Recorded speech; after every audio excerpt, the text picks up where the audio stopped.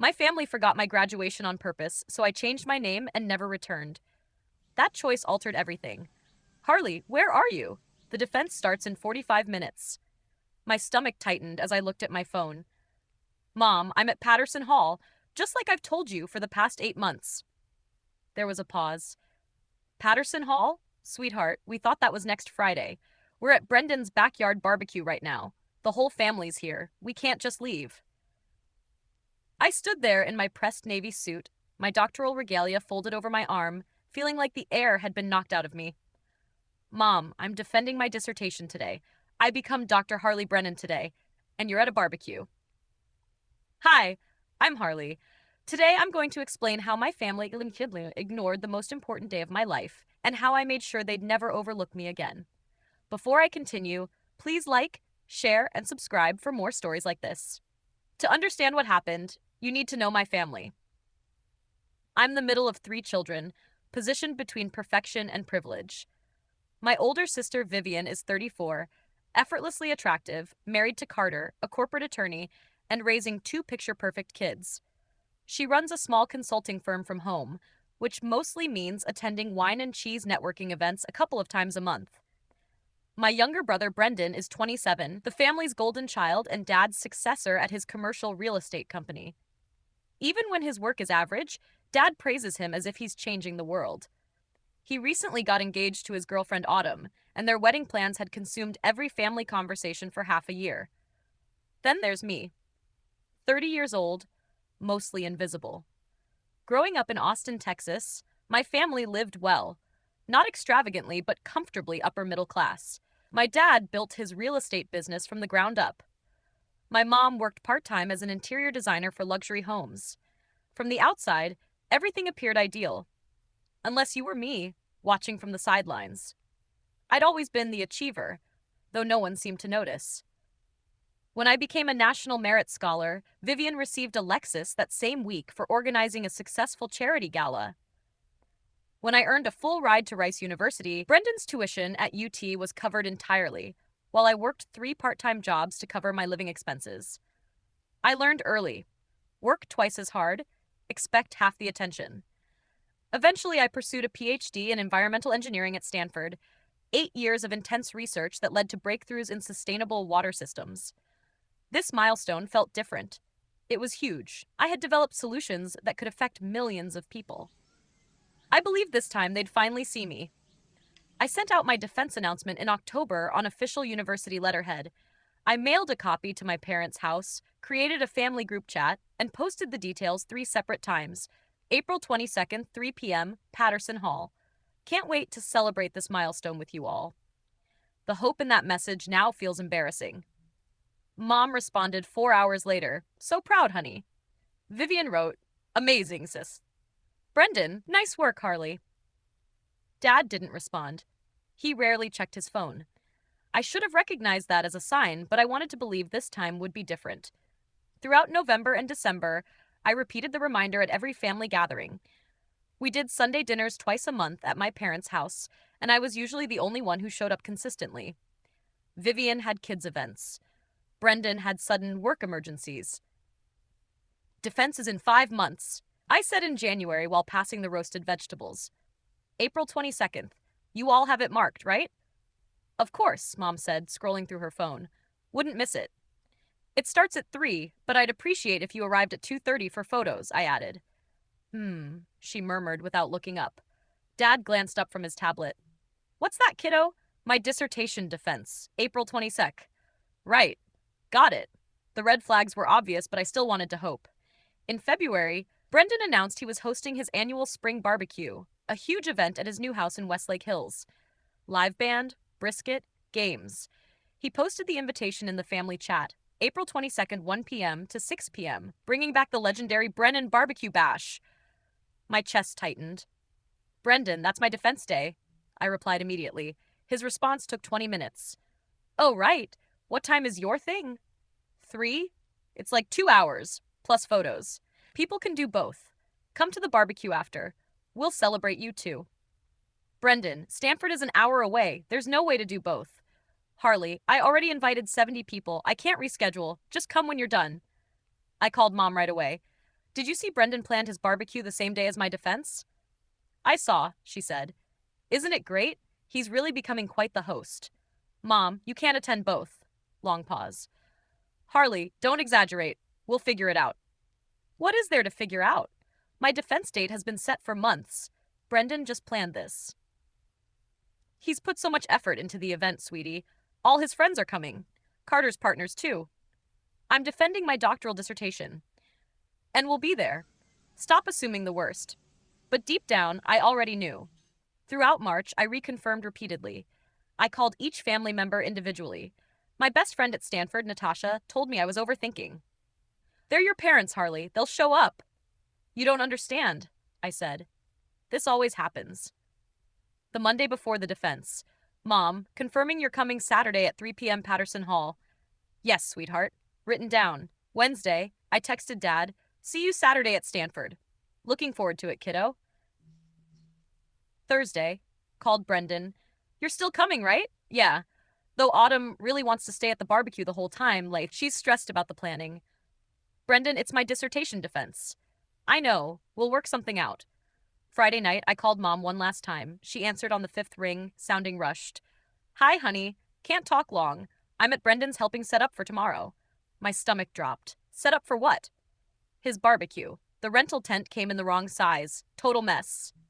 Mom, my defense is tomorrow. I know, sweetie. 3 o'clock, right? Yes. And you're coming? Of course. See you there. Gotta go. Caterer's calling. She hung up. Saturday morning, I woke at 6 a.m., too anxious to sleep. The defense started at 3. I put on my navy suit, tailored and professional, chosen specifically for this day. I did my makeup, curled my hair, made sure every detail looked right. I had earned this moment. After 8 years of work, today I would become Dr. Harley Brennan. Natasha picked me up at noon. Her parents had flown in from Philadelphia with her twin sisters. They brought flowers, a banner reading, "Congratulations, Dr. Brennan," and enough enthusiasm to brighten the whole building. Your family meeting you there? Natasha's mom asked. That's the plan, I answered, trying to sound confident.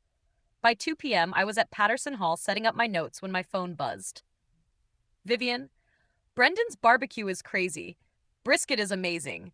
Wish you could be here before your thing. My hands shook. My thing is in 1 hour, I replied. No response. At 2:15, I called Mom. She answered over loud music. Harley, where are you? We're all at Brendan's. I'm at Stanford, Mom, where I've said I'd be for 8 months. What? No, honey. We thought your defense was next weekend. Something inside me shifted. I sent the announcement in October. I've reminded you at every dinner. I confirmed 3 days ago. Well, we're at the barbecue. Everyone is here. His colleagues, Picks, Carter's partners, neighbors. We can't leave now. I'm defending my dissertation, and you chose brisket. Don't use that tone. We mixed up the dates. We'll celebrate with you next week. No, Mom. I reminded you more than 20 times. You're overreacting. Don't create drama. We'll see you afterward.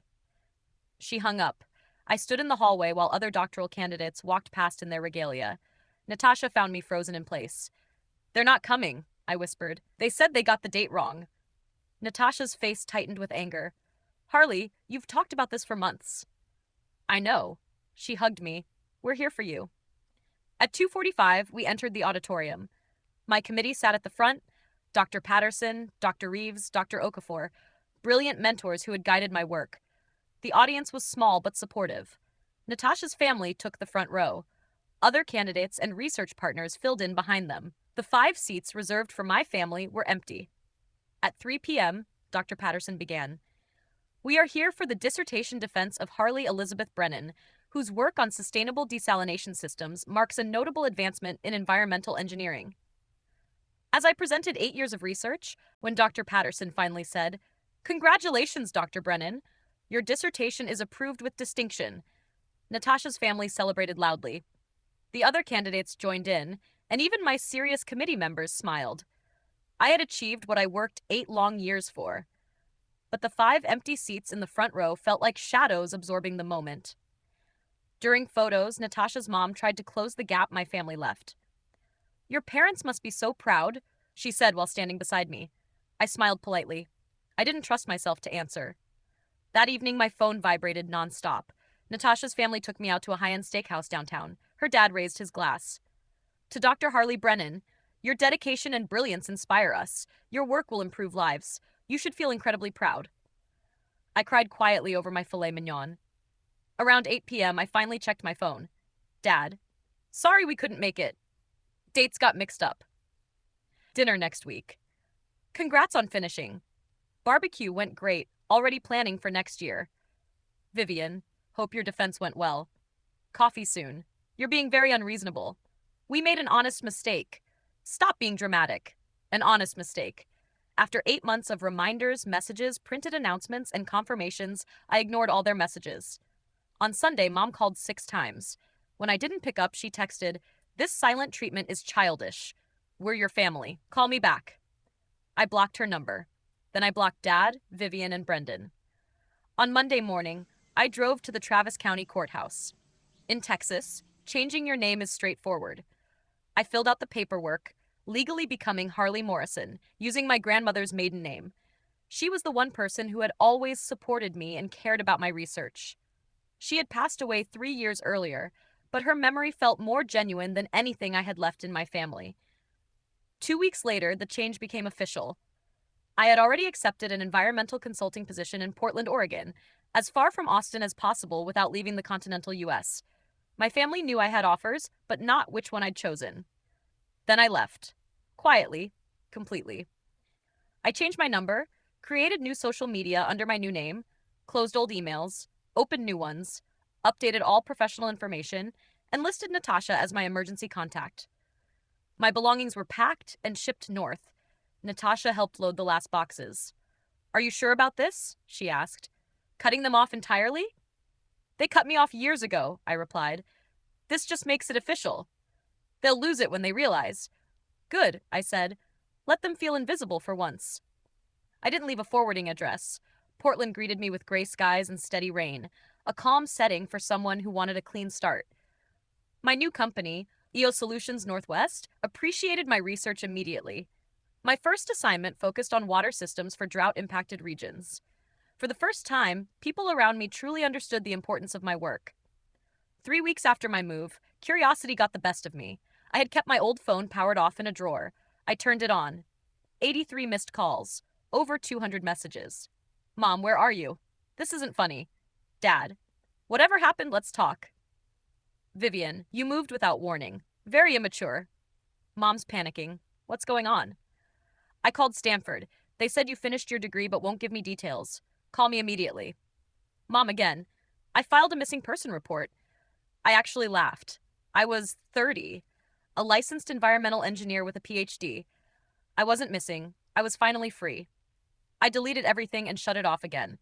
4 months into my Portland life, I was thriving. My work was being published. I made friends who showed up for gatherings.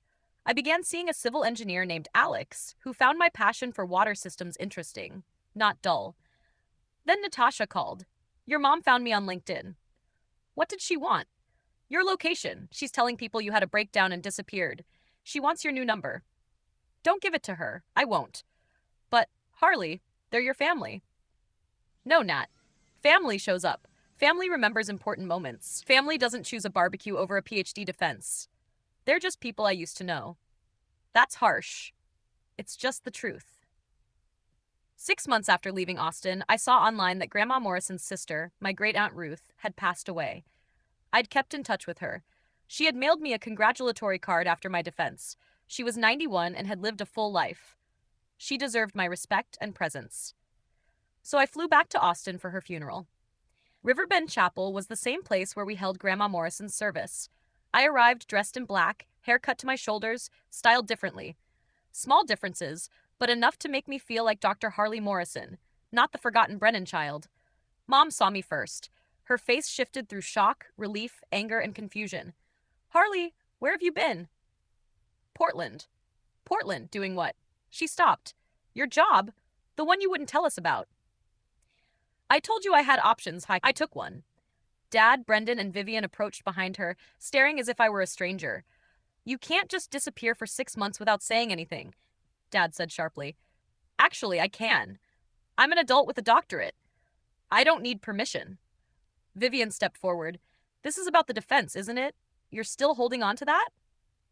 A grudge? I said calmly, though there was steel beneath it. No, Vivian. Grudges are about small things. This is about accepting the truth. What truth? Brendan asked. That I spent 30 years being invisible. Now it's official. Mom's eyes filled with tears. How can you say that? We've always loved you. Love isn't the same as being present, I said. Love isn't the same as remembering. You're being unfair, Mom cried. We simply mixed up the dates. You chose a barbecue over my doctoral defense after 8 months of reminders. That told me everything. We made a mistake, she insisted. No, a mistake is forgetting to buy milk. You made a choice. Brendan jumped in. That's not fair. We got confused. 20 reminders, Brendan. Printed announcements, phone calls, texts, family dinners where I mentioned it again and again. You weren't confused. You just didn't care enough.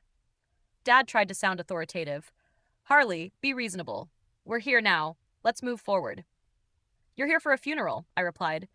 You've been physically present my whole life, but you've never actually seen me. That's not true, Mom snapped. We've gone to plenty of your events. I folded my arms. Name one. Silence. All four looked at one another. There were things, Vivian attempted. Name one, I repeated. More silence. You can't, I said, because you didn't show up. Not for my college graduation. You went to Vivian's anniversary dinner. Not for my master's defense. Brendan had a golf tournament.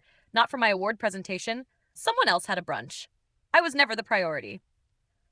Maybe you didn't remind us enough, Brendan tried. I reminded you 23 times about my PhD defense. The funeral director stepped forward. We're ready to begin. Thankfully.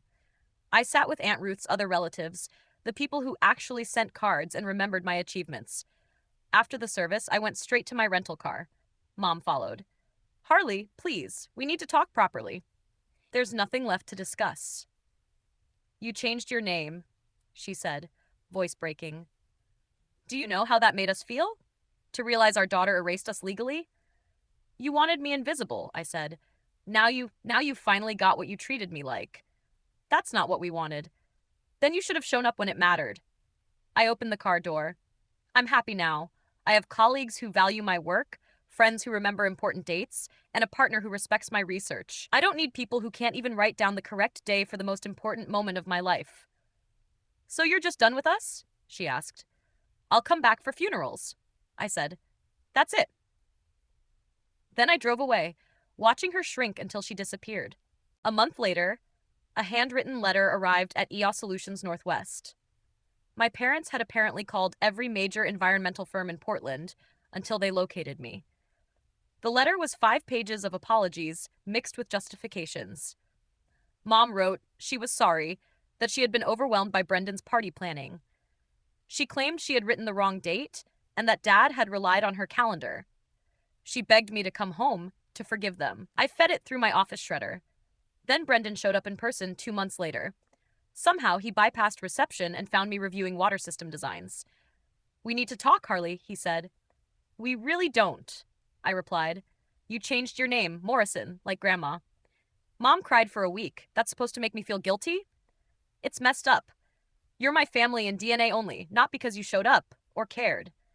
Brendan opened his mouth, then closed it. There were things that he started, but I knew he couldn't name a single one. Not my college graduation, my master's defense, research awards, publication celebrations, nothing. Yet I had attended every engagement party, housewarming, barbecue, and social event of theirs. Maybe if you communicated better, Brendan said. I sent 23 reminders for my PhD defense. Announcements, texts, calls, in-person conversations. You still chose grilling meat over my doctorate. He had no answer. I'm happy here in Portland, I said. I have people who respect my work, who show up, who understand why clean water systems matter. I don't need anyone who can't remember the most important day of my life. Vivian tried another tactic. Guilt. She sent a long email about family bonds, forgiveness, and how I was hurting everyone with my selfishness. My response was short. You texted me about brisket during my dissertation defense. We have nothing else to discuss. She never replied. Dad was last, nearly a year after I left. A simple email, I'm sorry, Harley. You deserve better. I hope you found happiness. It was the closest they had come to real accountability. I replied simply, thank you. I have. That was 3 years ago. I'm 33 now. Lead engineer at EO Solutions, a published researcher recognized in sustainable water systems. I married Alex last fall in a small ceremony with friends and his family. Natasha was my maid of honor. Alex's parents walked me down the aisle. Their pride was genuine. My birth family wasn't invited. They found out only through social media when Alex's sister shared photos. Mom sent a card expressing how hurt she felt, but I threw it away without responding. Some ask why I won't give them another chance, or why I'm so firm over a single missed event. But it wasn't a single event. It was 30 years of being overlooked, culminating in the day they chose barbecue over my doctorate. 23 reminders weren't enough. They never truly saw me. Not like Vivian's events, not like Brendan's mediocre accomplishments, not even Vivian's children's activities. If your family repeatedly prioritizes other people's cookouts over your life's defining moments, would you keep hoping for recognition, or would you finally step away? I chose to step away.